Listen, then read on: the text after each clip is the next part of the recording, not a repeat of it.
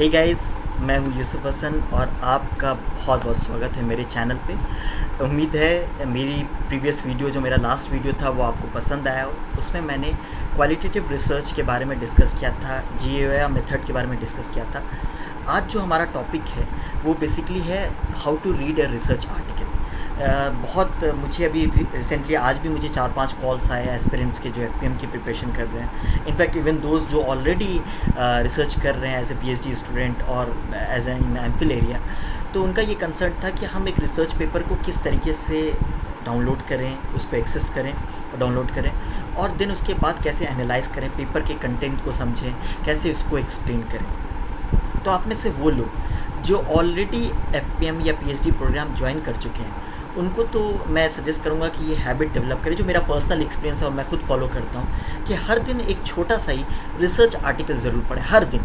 ऐसे ही जैसे कि आप कोई नॉवल पढ़ते हो या फिर कोई आर्टिकल कोई मैगज़ीन पढ़ते हो या TV देखते हो, तो आप हाफ़ एन आवर दो, ऊपर से वेगली ही पढ़ो, लेकिन एक रिसर्च आर्टिकल हर दिन पढ़ो। और अगर आप FPM एस्पिरेंट हैं तो आपसे ये एक्सपेक्टेड है कि आप 3-4 दिन पे एटलीस्ट एक रिसर्च पेपर पढ़ो अपने रिलेवेंट रिसर्च इंटरेस्ट का, ताकि वो आपको इंटरव्यू में हेल्प करे। अगर आप ये सोचोगे कि 1 महीने पहले पेपर पढ़ने शुरू करें और इंटरव्यू देने जाएं, तो ऐसे में मिस्टेक ये हो सकता है कि आप उसको सही से जस्टिफाई नहीं कर पाओ, क्योंकि आपकी क्लैरिटी नहीं होगी। लेकिन अगर बहुत लंबे टाइम से आप अरसे से किसी पेपर को, रिसर्च आर्टिकल को, टॉपिक्स को पढ़ते जा रहे हैं, एक्सप्लोर करते जा रहे हैं, तो आपका इन डेप्थ नॉलेज हो जाता है और आपके लिए जस्टिफिकेशन बहुत इंपॉर्टेंट है, स्पेशली ऐसे सेलेक्शंस। तो आइए मैं एकदम शुरू से शुरू करता हूँ कैसे रिसर्च आर्टिकल पढ़ें। तो हमारा जो स्ट्रक्चरिंग है आज की डिस्कशन है वो इस तरीके से होगा कि पहले हम सर्च सिस्टम सीखेंगे, कैसे हम पेपर को सर्च करेंगे, रिसर्च आर्टिकल्स को। दूसरा है इंक्लूजन एंड एक्सक्लूजन क्राइटेरिया, जहाँ पे हमें अपने पर्टिकुलर एक्सक्लूसिव टॉपिक पे ही रिसर्च पेपर मिले और बाकी टॉपिक्स को हम इग्नोर करेंगे। उसके बाद है how to download this papers, then how to analyse this papers. शुरू करते हैं। मैं आ जाता हूँ गूगल स्कॉलर पे। ओके, ये आ गया। गूगल स्कॉलर बहुत ही कॉमन डेटाबेस का सोर्स है, जहाँ पे आप रिसर्च आर्टिकल्स को सर्च कर सकते हैं, और साथ ही साथ ये ऐसा भी डेटाबेस है जिसमें बहुत सारे आपको empirical datas, fact files, news articles भी कभी कभी मिल जाते हैं। बहुत सारे न्यूज़ आर्टिकल हैं जो साइट हुए हैं, तो वैसे जर्नल्स वैसे उनको लोग साइट करते हैं, किसी किसी पेपर्स में डिस्कस करते हैं, तो वो गूगल स्कॉलर में मिल जाएगा। तो मैं आपको सजेस्ट करूँगा कि किसी भी रिसर्च आर्टिकल को ढूंढ रहे हैं तो गूगल स्कॉलर बहुत ही अच्छा प्लेटफॉर्म है जहाँ पर आपको ये मिल सकता है। मैं इसका कोई प्रमोशन नहीं कर रहा हूँ, एक नॉलेज है, एक लेमैन को जो नॉलेज चाहिए होती है वो है। इसके अलावा एब्सको नाम का भी एक डेटाबेस होता है, वो भी एक्सेस कर सकते हैं। मैं आपको दिखाता हूँ। मैं इंस्टीट्यूट में नहीं हूँ, अभी IIM में नहीं हूँ, फिलहाल मैं बाहर आया हुआ हूँ कैंपस के, तो कैसे मैं एक्सेस कर रहा हूँ तो वो आप एक्सेस नहीं कर सकते हैं, पर फिर भी मैं आपके नॉलेज के लिए बता देता हूँ। तो मैं यहाँ से अपने IIM के इंस्टीट्यूट के डेटाबेस को एक्सेस कर रहा हूँ, जो आपको शायद एज अ पर्सन एक्सेसिबल ना हो, आउटसाइडर आपको एक्सेसिबल ना हो। पर एक चीज़ मैं बता रहा हूँ कि आप एज एन आउटसाइडर IIM के डेटा को कैसे लीगली विथ परमिशन एक्सेस कर सकते हो, और IIM आपको इसके हेल्प करेगी, इसमें हेल्प करेगी, वो भी मैं बता देता हूँ। बहुत कम लोगों को ये बात पता है कि IIM IITs के डेटाबेसेस एक आम आदमी भी यूज़ कर सकता है विद ड्यू प्रोसेस। तो मैं यहाँ पे आ गया, यहाँ पे मैंने टाइप कर दिया प्रोडक्ट रिस्पॉन्सिबिलिटी, जो भी है उसमें एक ऑलरेडी था कहीं पे, मैंने उसको सर्च किया। मैं दिखाता हूँ, ये खुलेगा। तो एब्सको डेटाबेस कैसा दिखता है, टिपिकल एब्सको डेटाबेस, वो मैं आपको दिखा रहा हूँ। ये है एब्सको डेटाबेस। यहाँ पे एक सर्च इंजन है, तो गलत है, इसको मैं ठीक कर लेता हूँ। कीवर्ड है, एडवांस सर्च है, और फिर उसके बाद एक सेकेंड, और उसके बाद हमारे पास और भी ऑप्शंस हैं। यहाँ पे रिफाइन कर सकते हैं आप, फुल टेक्स्ट चाहिए तो फुल टेक्स्ट ले सकते हैं, पीयर रिव्यूड आर्टिकल्स, किस साल से किस साल के आर्टिकल्स चाहिए, मैगज़ीन, एकेडमिक जर्नल, तो ऐसे काफ़ी क्राइटेरिया हैं। तो ये बिल्कुल गूगल स्कॉलर की तरह काम करता है, लेकिन इसमें कुछ ज़्यादा selection criteria, inclusion exclusion criteria, तो ये बहुत हेल्प करता है। अब रही बात, ये डेटाबेस आप एज एन आउटसाइडर कैसे एक्सेस कर सकते हैं, तो IIM इंदौर आपको ये फैसिलिटी देता है कि आप इन डेटा को, और इनफैक्ट बाकी IIMs और IIT भी, कि आप इन डेटा को विद परमिशन एक्सेस कर सकते हैं। उसके लिए आपको IIT IIMs के लाइब्रेरी जो हमारा रिसोर्स सेंटर होता है, जी हाँ, हर एक IIT में जो लाइब्रेरी होता है वो रिस्पॉन्सिबल होता है इन सारी डेटाबेस को हैंडल करने के लिए। तो आप उनको एक मेल ड्रॉप करें, उनसे रिक्वेस्ट करें कि मैं रिसर्च स्कॉलर हूँ, मैं प्रिपेयर कर रहा हूँ, या फिर मैं इस पर्टिकुलर इंस्टीट्यूट से एफिलिएटेड हूँ और मुझे इस पर्टिकुलर डेटा का एक्सेस चाहिए, इस आर्टिकल का एक्सेस चाहिए। मैं बहुत ऑब्लाइज होऊंगा अगर इंस्टीट्यूट मुझे ये डेटा प्रोवाइड करे। मैं इंश्योर करता हूँ कि ये आर्टिकल या ये डेटा मैं किसी और से शेयर नहीं करूँगा। तो आप एक मेल डाल के देखें। कभी कभी तो मना कर सकते हैं इंस्टीट्यूट, पर in general IIMs on a humanitarian ground ज़रूर हेल्प करती है। तो आप IIMs को मेल लिख सकते हैं। तो ये एक नॉलेज आपके लिए हो गया। अब हम वापस आ जाते हैं अपने पुराने कॉमन डेटाबेस पे जो सबको एक्सेसिबल है, वो है गूगल स्कॉलर। अब यहाँ पे मैंने एक रिसर्च आर्टिकल ऑलरेडी डाउनलोड कर रखा है, फिर भी मैं आपके सर्च के लिए यहाँ पे इस रिसर्च आर्टिकल को कॉपी किया। समझ लो कि ये टाइटल आपको पता है इस पेपर का, और मैंने यहाँ पे पेस्ट कर दिया और ये पेपर खुल गया। जैसे ये पेपर खुला, मैं इस पर क्लिक करता हूँ। यहाँ पे साइड में आप देखेंगे फुल व्यू टैंडफ ऑनलाइन, आपने इस पर क्लिक किया इस पेपर की, ये पेपर खुल गया। अब जैसा कि आप देखेंगे ये पेपर मैं एक्सेस नहीं कर पाऊँगा। मैं क्यों नहीं एक्सेस कर पाऊँगा? क्योंकि मैं एब्स्ट्रैक्ट तो पढ़ रहा हूँ, एब्स्ट्रैक्ट यानी समरी पेपर का एब्स्ट्रैक्ट तो लिखा हुआ है, लेकिन उसके आगे के कंटेंट एक्सेसिबल नहीं। तो इसको कैसे एक्सेस कर सकते हैं? तो एज ए स्टूडेंट अप्रोच है, मैं ये नहीं बोलूँगा कि आप इसको प्रमोट करें, मैं ये भी नहीं बोलूँगा कि लीगली ये अलाउड है या नहीं है, पर एज ए स्टूडेंट हमारे पास डेटाबेस का एक्सेस मुश्किल है, हमारे लिए थोड़ी डिफ़िकल्टीज़ है। तो हम लोग जिसको कहते हैं इंडियन जुगाड़ सिस्टम, वो अप्लाई करेंगे टू एक्सेस दिस डेटा। कैसे इसको एक्सेस करेंगे? तो ये है ऑर्गेनाइजेशन पब्लिक, ये टॉपिक है हमारा। इसके ऊपर आप आएंगे तो यहाँ पे एक URL है जो कि लिंक है इस पर्टिकुलर आर्टिकल का, इस जर्नल का नहीं। जर्नल है international journal of human resource management और आर्टिकल है organisational public value and employees life satisfaction. तो इसका ये है जर्नल आर्टिकल का लिंक। इसका मैंने इसको कट कर लिया यहाँ से, तो मैंने लिंक को कट कर लिया इस पर्टिकुलर आर्टिकल के। ये वो आर्टिकल है जिसका सिर्फ एब्स्ट्रैक्ट मुझे विजिबल है, मैंने कट किया। यहाँ पे मैंने एक और पेज खोला, यहाँ पे मैंने टाइप किया SCI-HUB.TW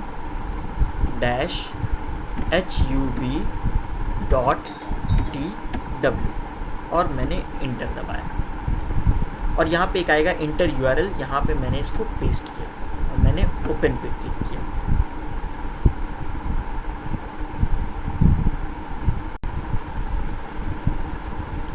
तो हम वापस आ जाते हैं। जैसे ही मैंने इस पे पेपर पे SciHub पे मैंने ये लिंक पेस्ट किया और इंटर दबाया, ये पेपर खुल गया।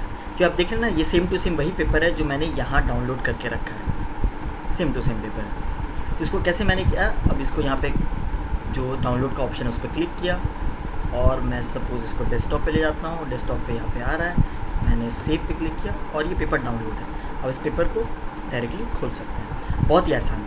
अगर इसको आप बिना SciHub के खोलने की कोशिश कीजिएगा, जैसे कि ये है, तो आप इसको नहीं खोल पाइएगा। देखिए ये पेपर यहीं पे है, क्योंकि मैं बता देता हूँ कि जर्नल्स की आमदनी जो है वो इन सब्सक्रिप्शन से होती है।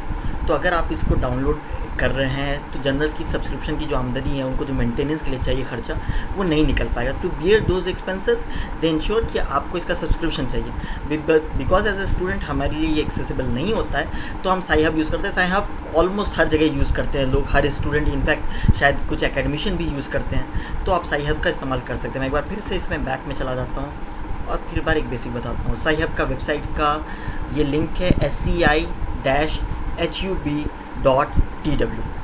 और यहाँ पे इंटर योर URL का ऑप्शन होता है, या फिर आपको DOI नंबर होता है हर एक पेपर का, रिसर्च पेपर का। आप उसको Ctrl+V करके पेस्ट करें या फिर डायरेक्टली पेस्ट करें राइट क्लिक करके। यहाँ पे राइट क्लिक करके पेस्ट किया और ओपन पे क्लिक करें और ये पेपर खुल जाएगा। कभी कभी हो सकता है वहाँ पे कुछ कोड मांगे आपको डालने के लिए, तो वो कोड आप बस डाल दो, कैप्चा कोड जिसे कहते हैं। तो वो इतना इशू नहीं है, वो जस्ट टू मेक श्योर कि आप रोबोट नहीं हो, वो चेक करने के लिए करते हैं। एनीवे, हम पेपर खोल दिया। अब हमारा नेक्स्ट चीज़ क्या है, वो हो गया पेपर का सर्च। हमने इस पर डिस्कस नहीं किया, हम सीधे इंक्लूजन एक्सक्लूजन क्राइटेरिया पे आ गए। तो हम पहुंच जाते हैं वापस, हमने एनालिसिस पे आ गए। तो हम पहले एक्सक्लूजन और इंक्लूजन क्राइटेरिया समझा देता हूँ, क्योंकि वो एक इंपॉर्टेंट चीज़ है जो आप सबको जानना चाहिए। माई सिंसियर अपॉलॉजीज़, मुझे शुरू से 1 by 1 जाना चाहिए था, पर मैंने थोड़ा उल्टा रूट लिया है, पर फिर भी कोई बात नहीं, देर नहीं हुई है। अब आ जाते हैं, सपोज़ मैं HR का इंसान हूँ, तो मुझे किसी HR के टॉपिक को सर्च करना है और मेरा रिसर्च अभी आज ही मेरी अभी एक एस्पिरेंट से बात हो रही थी, तो वो पर्सनालिटी पे she is doing her research, she is interested in doing her research in on personality topic. तो मैं ऐसा करता हूँ कि मैं एक आइडिया पर्सनालिटी से ही शुरू करता हूँ। अब देखिए कैसे सर्च करेंगे। आप जब गूगल स्कॉलर पे आए तो आप यहाँ पे डालिए ये इन एंड आउट जो कॉमा होता है, उस पर डालता हूँ मैं पर्सनालिटी, और फिर मैंने इसको क्लोज़ किया और फिर मैं लगाऊंगा एंड, और यहाँ पे फिर मैंने इन एंड आउट यहाँ पे डाल देता हूँ मैं लीडरशिप, और फिर मैंने इसको क्लोज़ कर दिया। अब मैं समझाता हूँ कि ये प्रोसेस जो लिखा है मैंने क्या लिखा है। बेसिकली जब आप यहाँ पे इसको क्लोज़ करते हैं और एंड डालते हैं, तो ये जो एंड है ये कहता है बूलियन फार्मूला। बूलियन फार्मूला कहते हैं इसको। बूलियन फार्मूला इज़ बेसिकली एक कोडिंग है, कोड का हेल्प काम करता है। जब आप ऐसे गूगल स्कॉलर ऐसे डेटाबेस पे डालते हैं तो ये हेल्प करता है कि आपके सर्च को और लिमिट करे, और नैरो करे, और एक्सक्लूसिव करे। क्योंकि अगर आप सिर्फ पर्सनालिटी टाइप करेंगे तो पूरे रिसर्च पेपर में कहीं पे भी पर्सनालिटी वर्ड यूज़ हुआ होगा तो वो पेपर आपके लिस्ट में दिखाएगा, इसके सर्च में दिखाएगा। लेकिन अगर आप एंड और OR लिखते हैं और फिर उसको क्लोज़ करते हैं, तो उससे ये होगा कि only those journals, only those articles which has these two particular word और which have either of the two. So and के बदले अगर मैं इसको और कर देता हूँ, सिर्फ वही पेपर आएंगे। अब मैं इसका एक चेंजेस दिखाता हूँ, डेटा में कितना चेंजेस होता है। पर्सनालिटी और लीडरशिप मैंने टाइप किया और देखिए मैं इसको सर्च कर रहा हूँ, आ गया। पहला पेपर याद रखिए एलपोर्ट का 1937 ओल्डेस्ट पेपर है पर्सनालिटी पे, काफ़ी पुराना रिसर्च है, तो उसमें 10,000 साइटेशंस भी हैं। तो ये कुछ इस तरीके से पेपर है, पर्सनालिटी एंड पर्सनालिटी मेजरमेंट। अब मैं इसको और के बदले एंड कर देता हूँ। अब देखिए क्या सर्च आता है, देखिए पेपर चेंज हो गया। सीधे क्या आया, 2002 के एक पेपर आ गया जर्नल ऑफ अप्लाइड साइकोलॉजी का या अप्लाइड पर्सनल साइकोलॉजी का। तो आप समझ रहे हैं ना कि सिर्फ एंड और लगा करके आपका पूरा पेपर चेंज हो जा रहा है। और कैसे चेंज हुआ है, अगर ध्यान देंगे तो जो पहला पेपर है वो जज एट ऑल का पेपर है, वो कहता है पर्सनालिटी एंड लीडरशिप। आपको एक ऐसा पेपर ढूंढना है जिसमें पर्सनालिटी और लीडरशिप दोनों के बारे में डिस्कशन हुआ है। तो आप एंड बुलियन यूज़ करते हैं। ये जो एंड है ये बुलियन है, और ये जो है ये आपका कीवर्ड है। तो ऐसे आप अपना रिसर्च टॉपिक सर्च कर सकते हैं। और एज यूजुअल जैसे मैंने बोला कि जब आप रिसर्च टॉपिक सर्च कर लिए तो यहाँ पे राइट क्लिक करेंगे आप इस पर, या फिर पेपर पे भी डायरेक्टली क्लिक कर सकते हैं। जब आप इस पर क्लिक करते हैं तो पेपर का लिंक खुल जाता है। कुछ पेपर डायरेक्टली खुल जाएगा, जैसे ये पेपर डायरेक्टली खुल गया, मुझे किसी भी SciHub किसी भी चीज़ की ज़रूरत नहीं पड़ी है। और इसको यहाँ पे ये डाउनलोड का बटन है, आप इस पर क्लिक करो राइट साइड में टॉप पे, आपको डाउनलोड हो जाएगा पेपर। एक बार दिखा भी देता हूँ, ये देखो ये डाउनलोड हो गया। तो पर्सनालिटी एंड लीडरशिप का ये पेपर डाउनलोड हो गया। तो आपको ये समझ आ गया कि कैसे करते हैं। तो ये हमारा इंक्लूजन एंड एक्सक्लूजन क्राइटेरिया हुआ, जहाँ पे मैं सिर्फ पर्सनालिटी लिखूँ, एंड लगाऊँ और लगाऊँ तो मेरा चेंज हो जाएगा। अगर लीजिए मैं इसको हटा देता हूँ, मैं इसको ऐसे कर देता हूँ पर्सनालिटी एंड, देखिए मैंने जो क्लोज़ किया था इसको खोल दिया और एंड लिख दिया। अब ये बूलियन का काम नहीं करेगा, अब ये रैंडम हो गया, मतलब सिर्फ पर्सनालिटी भी हो सकता है, सिर्फ लीडरशिप भी हो सकता है। पहला जज एंड ऑटल का पेपर था, देखते हैं कि दोबारा ये आता है कि नहीं। चलिए जज एट ऑल का पेपर तो आया, लेकिन बाकी पेपर्स में चेंजेस आए। क्यों? क्योंकि कहीं पे एंड यूज़ हुआ है, कहीं पे एंड नहीं भी होगा। जैसे कुछ पेपर्स दिखाता हूँ मैं आपको, ये देखो पर्सनालिटी, लीडरशिप, लीडरशिप, पर्सनालिटी। तो ये पेपर के कंटेंट्स दिखा रहे हैं, उसके एब्स्ट्रैक्ट दिखा रहे हैं, और इस पेपर्स में एंड पर्सनालिटी सब यूज़ हुआ है। सिर्फ पर्सनालिटी भी होगा, एंड नहीं होगा, लीडरशिप नहीं होगा, ऐसा भी हो सकता है। तो आप जितना बुलियन सही से इस्तेमाल करेंगे उतना प्रिसाइज डेटा आपका आएगा। आप इसको कॉमा लगा कर भी कर सकते हैं, यहाँ पे पर्सनालिटी डाल दिया मैंने, कॉमा डाल दिया तो एक अलग सर्च आएगा। तो ये सारे तरीके हैं ढूंढने के, आपको ये समझ आ गया हो।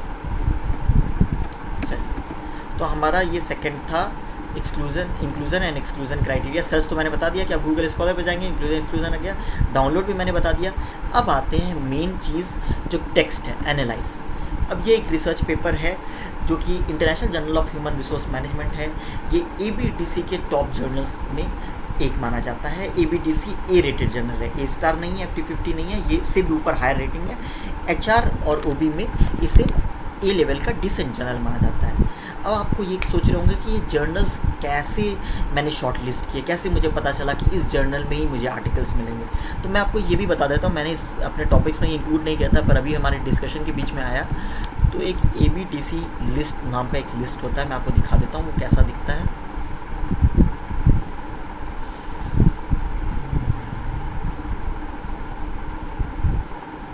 तो ये है ABDC लिस्ट। ये कुछ एक्सेल शीट जैसा दिख रहा है और इसमें काफ़ी पेपर्स हैं, हज़ारों के करीब जर्नल्स हैं। मैं आपको इसके बारे में बताऊंगा ये कैसे लिस्ट मेरे पास आया। तो यहाँ पे देखिए, मैं इसको बंद कर देता हूँ, मैं इसको भी बंद कर देता हूँ, मैं आ जाता हूँ ABDC, ABCD नहीं है, याद रखना है ABDC। तो abdc.edu.au, AU फॉर ऑस्ट्रेलिया। तो abdc.edu.au टाइप कीजिएगा, आपको ऑटोमेटिकली ABDC जर्नल का लिस्ट आ जाएगा, वेबसाइट आ जाएगा। ABDC बेसिकली एक रेटिंग ऑर्गेनाइजेशन है, ऑस्ट्रेलिया बेस्ड रेटिंग ऑर्गेनाइजेशन है, जो जर्नल्स को रेट करता है depending upon their quality, peer review का प्रोसेस और सारी चीज़ों पे। तो इनका लिस्ट है। अब जैसे ही फर्स्ट पेज पे आएंगे तो यहाँ पे लिखा रहेगा here is the 2019 Australian business deal council journal quality list. आप इस पर क्लिक करें। आप इस पर जैसे ही क्लिक करेंगे यहाँ पे एक एक्सेल शीट डाउनलोड हो जाएगा।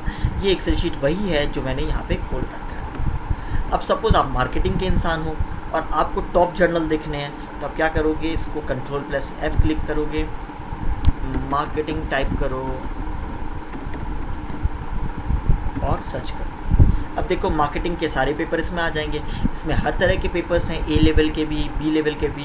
तो मैं देखिए मूव कर रहा हूँ, देख रहे हैं एशियन जर्नल ऑफ मार्केटिंग, ये है C। Australian journal, Australian marketing journal, ये है A। उसी जैसे Canadian journal of marketing research, ये है C। European journal of marketing, ये A* यानी टॉप जर्नल में है। तो ऐसे करके सारे जर्नल्स हैं। तो ऐसा नहीं है कि हर जर्नल का मार्केटिंग जर्नल का मार्केटिंग उनके नाम के आगे होगा ही, पर इन जनरल नॉर्मली होता है, ऑपरेशंस का ऑपरेशन के नाम पे मिल जाएगा आपको। तो आपको at least decent number of paper मिल जाएंगे, specially for those who are aspiring to get into IIMs और aspiring to get into PhD programmes of IITs और XLRI and other MDIs। They should know कि ये ऐसे एक्सेस कर सकते हैं हम टॉप जर्नल्स के लिस्ट। तो ये हो गया ABDC एक्सेल लिस्ट, ये आपको पता चल गया। अब आ जाते हैं मेन पेपर पे। आपने पेपर जर्नल देख लिया, आपने जर्नल से आर्टिकल एक्सेस करना सीख लिया साई हब से, आपने पेपर डाउनलोड कर लिया। अब पेपर पे एनालाइज करते हैं। तो पेपर कुछ इस तरीके से स्ट्रक्चर रहता है। हर पेपर का स्ट्रक्चरिंग थोड़ा डिफरेंट रहेगा, पर मोर और less they talk about their content is somehow spreaded in a similar manner. तो स्ट्रक्चरिंग इन टर्म्स ऑफ कौन पहले आएगा या बाद आएगा तो वो ऑर्डर डिफर कर सकता है, पर कंटेंट कहीं ना कहीं सेम होगा। ये मैं मार्केटिंग स्ट्रैटेजी, फिनेंस को हटा देते हैं फिलहाल के लिए, ऑपरेशन को हटा देते हैं। Marketing strategy, OBHR, communication area में तो ऑलमोस्ट आप ये सेम माने, सोशोलॉजी और इन सब में भी सेम मान रखें। फिनेंस, ऑपरेशन, इकोनॉमिक्स में थोड़ा वेरी करता है, हम उस पर बाद में डिस्कस करेंगे। तो ये जर्नल आया। पहले जर्नल में ऑथर्स के नाम हो गया, ये आप देख रहे होंगे ऑथर्स के नाम, सारी डिटेल्स।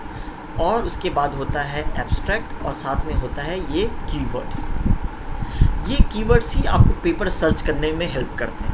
तो जब आप सर्च कर रहे हो किसी पेपर को और वहाँ पे आप टाइप करोगे पब्लिक वैल्यू, तो ये आर्टिकल आपको कहीं ना कहीं लिस्ट में आएगा, क्योंकि इसका कीवर्ड है पब्लिक वैल्यू। और जर्नल्स कभी भी कोई पेपर पब्लिश करते हैं तो इन कीवर्ड्स को डेटाबेस में डालते हैं, सो दैट कि ये आपको एक्सेसिबल है। आपको कोई भी पेपर शुरू करने से पहले पेपर का एब्स्ट्रैक्ट पढ़ना बहुत ज़रूरी है। जब आप पेपर का एब्स्ट्रैक्ट पढ़ते हो तो आपको पता चल जाता है कि बेसिकली ये पेपर क्या बातें कर रहा है। कोई ज़रूरी नहीं है कि आप हर पेपर के बहुत डिटेल में जाओ, बहुत अंदर में जाओ। आफ्टर रीडिंग 30-40 पेपर्स आपकी एक्सपर्टीज़ इतनी हो जाएगी डिसेंट तरीके से, डिसेंट लेवल की, कि आप सिर्फ एब्स्ट्रैक्ट पढ़ के भी कंटेंट समझ जाओगे और फिर आपको पता चलेगा कि इस पेपर को आगे एनालाइज करना भी है या नहीं। जैसे कि आप अगर सिर्फ थियोटिकल पेपर ढूंढ रहे हो या लिटरेचर रिव्यू ढूंढ रहे हो, तो ऐसे केस में एब्स्ट्रैक्ट में मेंशन होता है कि ये लिटरेचर रिव्यू है या एम्पिरिकल पेपर है जहाँ डेटा को एनालाइज किया गया, तो आप उसी हिसाब से पेपर को शॉर्टलिस्ट कर सकते हो। आप सिर्फ सर्च ऑप्शन पे देखोगे गूगल स्कॉलर में तो आपको ये चीज़ पता नहीं चलेगा, तो आपको कभी कभी पेपर डाउनलोड करके एब्स्ट्रैक्ट पढ़ने पड़ेंगे। तो हम इसका एब्स्ट्रैक्ट क्विकली देखते हैं। एब्स्ट्रैक्ट है building on Meynhardt's public value concept which has been developed to make transparent and organisation contribution to the common good. We investigate the influence of organizational common good practices in the perception of employees on employees' work attitude and life satisfaction. अब ये employees work attitude और life satisfaction पे काम किया है। तो ये हमें पता चल गया एक ब्रॉडर एरिया, बहुत डिटेल में, चलो ठीक है हम जनरल आइडिया लेते हैं। लेकिन देखिए उसके आगे क्या बात बोल रहा है, the propose model is tested on a sample of 1045 Swiss employees taken from 2015 Swiss public value Atlas data set. अब इससे हमको क्या पता चला, इससे हमको पता चला कि ये तो ओबी का पेपर है, ऑर्गेनाइजेशनल बिहेवियर एचआर का पेपर है। दूसरा हमें पता चला कि ये ऑर्गेनाइजेशनल एम्प्लॉयज़ वर्क एटीट्यूड और लाइफ सेटिस्फैक्शन पे काम करता है। और तीसरा हमें पता चला कि ये एम्पेरिकल पेपर है। एम्पेरिकल यानी कि पेपर जहाँ एनालाइज किया गया है डेटा को लेकर के, सैम्पल को लेकर के। तो ऑलमोस्ट क्लैरिटी आपको यहीं पे मिल जाएगी। आपको इसके आगे बाद में पढ़ना, आपको यहीं पे सारी क्लैरिटी मिल गई। और फिर नीचे में अगर आ जाएं तो वो बोलता है कि results study finding reveals that organisational, यहाँ पे है ये देखिए, study finding reveals that organisational public value is positively related to employees life satisfaction and that this relationship is partially mediated by work engagement and organisational behaviour. बहुत complexity में नहीं जानना है, एज ए बिगिनर आपको mediation moderation में बहुत detail में नहीं जानना है, पर कहीं ना कहीं आपको ये पेपर एक क्रक्स दे रहा है, एक नट शेल में बता रहा है कि टेक अवेज दे रहा है कि इस पेपर में हमने क्या पाया या इस रिसर्च में हमने क्या सीखा या क्या आउटकम आया इस सारे एम्पिरिकल रिसर्च का। तो आपको अगर फाइंडिंग पता चल गया तो वेदर वो पेपर आपके लिए रिलेवेंट है कि नहीं है ये जज करना आसान रहेगा। अब आते हैं इंट्रोडक्शन।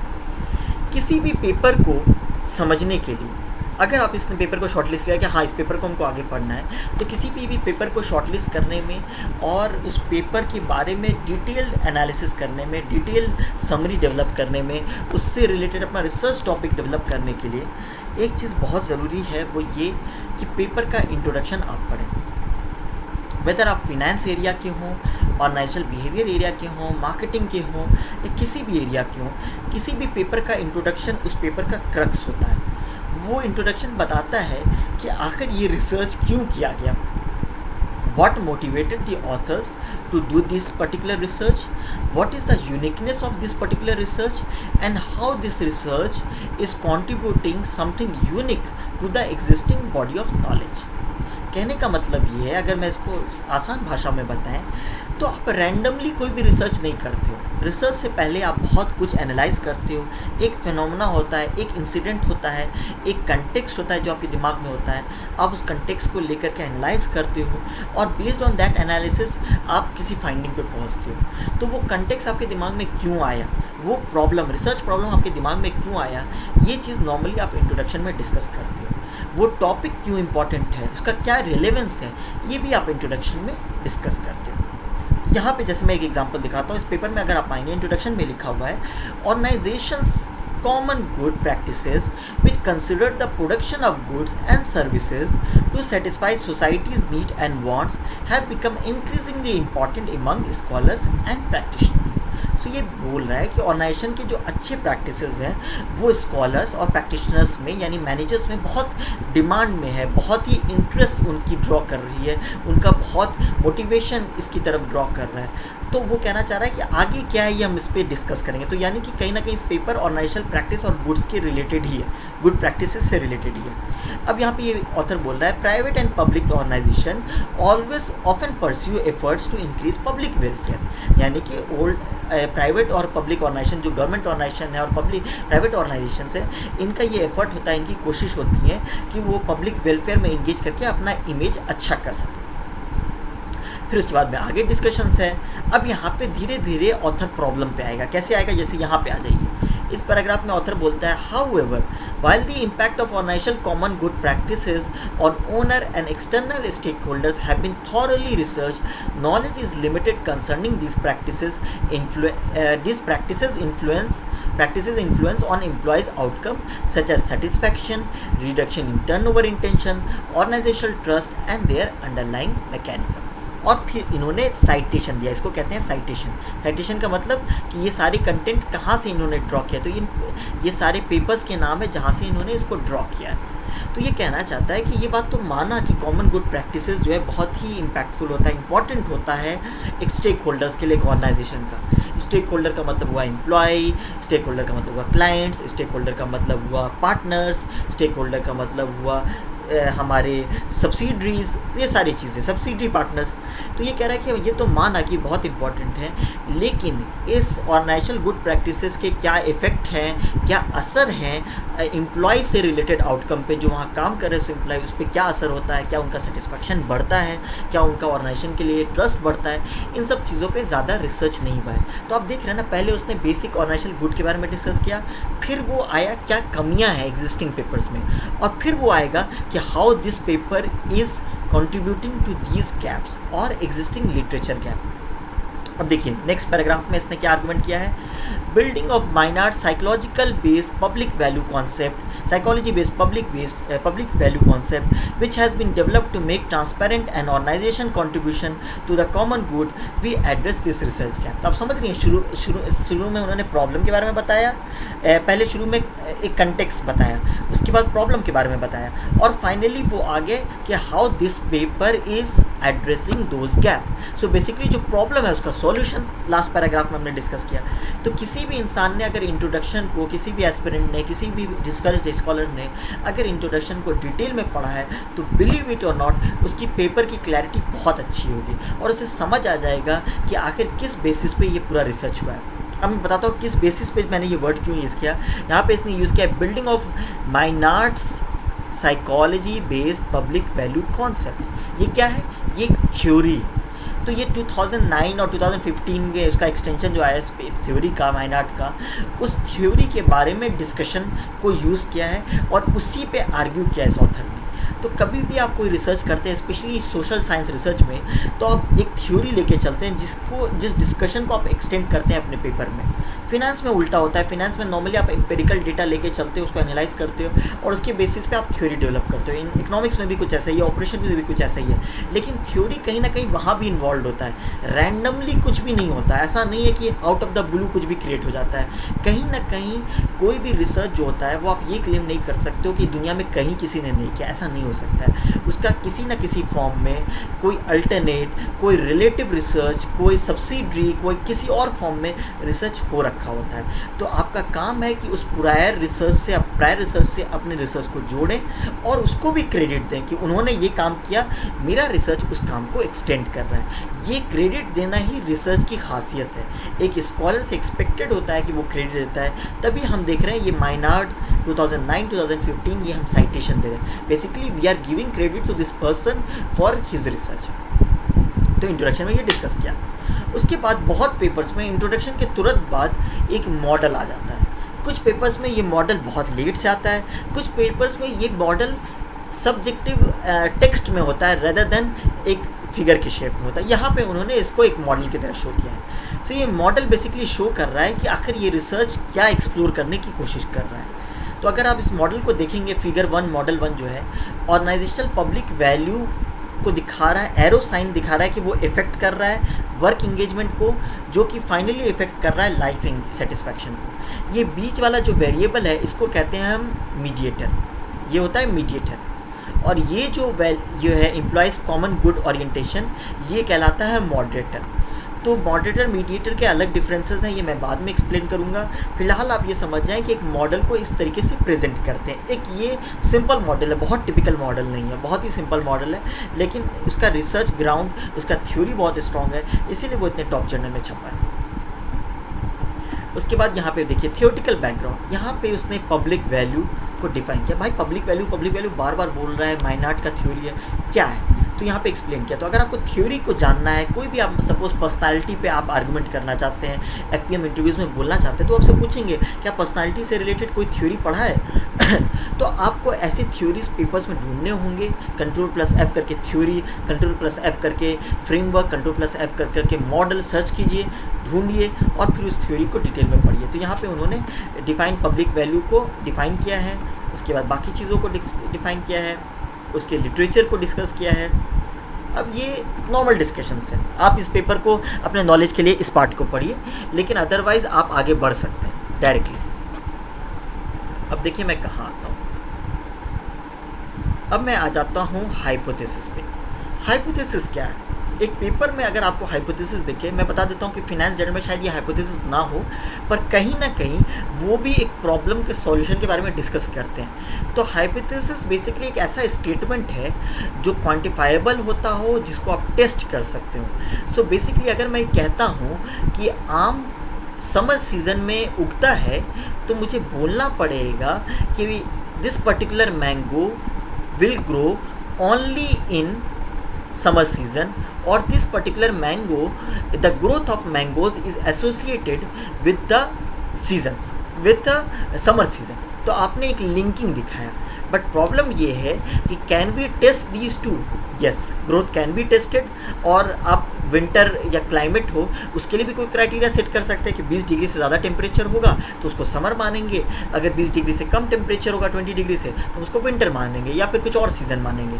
तो आप इन दोनों को कहीं ना कहीं क्वान्टिफाई भी कर सकते हैं और टेस्ट भी कर सकते हैं। तो ऐसे जो स्टेटमेंट्स होते हैं जो हमारे थ्योरी से ड्रॉन होते हैं उसको हाइपोथेसिस कहते हैं। मैं एकदम ले मैन में आपको एक डेफिनेशन दे रहा हूँ। इसका जो बुकिश डेफिनेशन है वो आपको मुझे ऑथर्स स्कॉलर ज़्यादा अच्छे तरीके से बता सकते हैं, लेकिन आपको लेमैन लैंग्वेज में ये समझ आ गया मैंने। तो पहले आप क्या करते हैं, पहले आप डिस्कशन, पेपर्स में टिपिकली डिस्कशंस आते हैं और डिस्कशन के बाद आर्गुमेंट आता है और आर्गुमेंट के बाद हाइपोथेसिस आता है कि फाइनली जो ऑथर बोल रहा है organisational public value will be positively related to employees life satisfaction.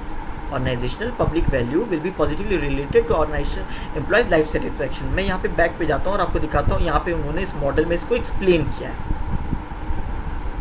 ये देखिए, ऑर्गेनाइजेशनल पब्लिक वैल्यू दिख रहा है और लाइफ सेटिस्फैक्शन दिख रहा है और ये एरो दिख रहा है।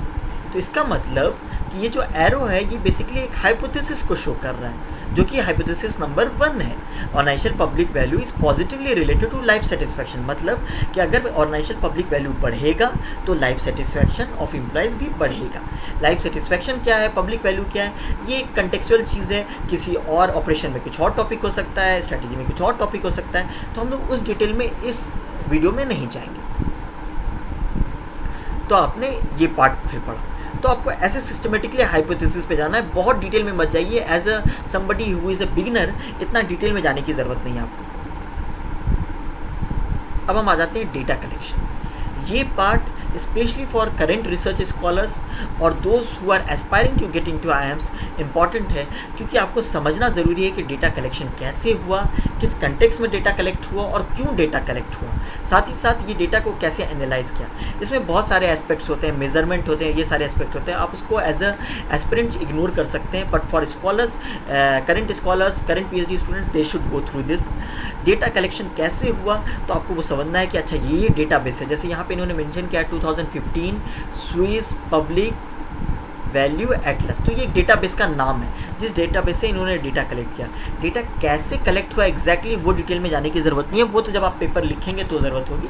फिलहाल आपको समझ आ गया कि अच्छा ये एक डेटाबेस है जहाँ से डेटा मिलता है। तो अगर कोई फैकल्टी आपसे पूछे या कोई आपसे इंटरव्यूअर पूछे तो आप उसको बता सकते हैं। एज ए एस्पिरेंट आप इसको डिटेल में तो नहीं, लेकिन आइडिया ले लीजिए, ब्रॉडर आइडिया कि डेटा कैसे कलेक्ट होता है। तो आप इस पार्ट पे आएंगे। Measurement part as a aspirant छोड़ सकते हैं, और जो रिसर्च स्कॉलर हैं स्पेशली ह्यूमैनिटीज़ के, उनको पता है कि मेजरमेंट क्या होता है। ये बेसिकली स्केल होता है, जहाँ पे स्केल से आप मेज़र करते हैं, इसको क्वेश्चनर में कन्वर्ट करते हैं, लोगों से सवाल पूछते हैं, तो वो उनको पता है। तो हम इस पार्ट को इग्नोर कर सकते हैं।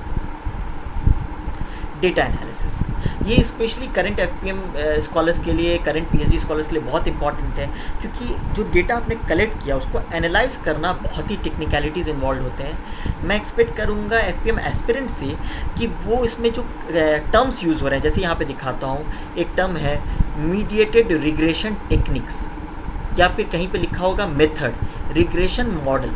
इन सारे टर्म्स को पढ़ें और फिर उसको गूगल स्कॉलर पे, गूगल पे सर्च करें और फिर उसके डिटेल में जाएं, सो दैट कि इंटरव्यू में अगर आपसे ये पूछ ले कि अच्छा तुम ये रिसर्च करोगे तो डेटा को कैसे एनालाइज करोगे, तो आप उनको आर्गुमेंट कर सकें। साथ ही साथ उन कहीं पे ऑथर्स प्रोसीजर्स कहाँ से ये उन्होंने अडॉप्ट किया वो भी मेंशन करते हैं। जैसे ये प्रोसीजर है बेरेन केनी का, बहुत ही फेमस आर्टिकल है, आप इस पेपर को रेफर कर सकते हैं। ये ह्यूमैनिटीज़ वालों के लिए, ऑपरेशन वालों के लिए शायद अलग टेक्निक हो, तो मैंने आपको बता दिया। फिर एक और है पार्शियल मीडिएशन, कहीं पे पार्शियल मीडिएशन ये क्या होता है इसके बारे में सर्च करना है। तो आपको पूरा पेपर में जाने की ज़रूरत नहीं, लेकिन इन सारी टर्म्स को बहुत केयरफुली पढ़ना है।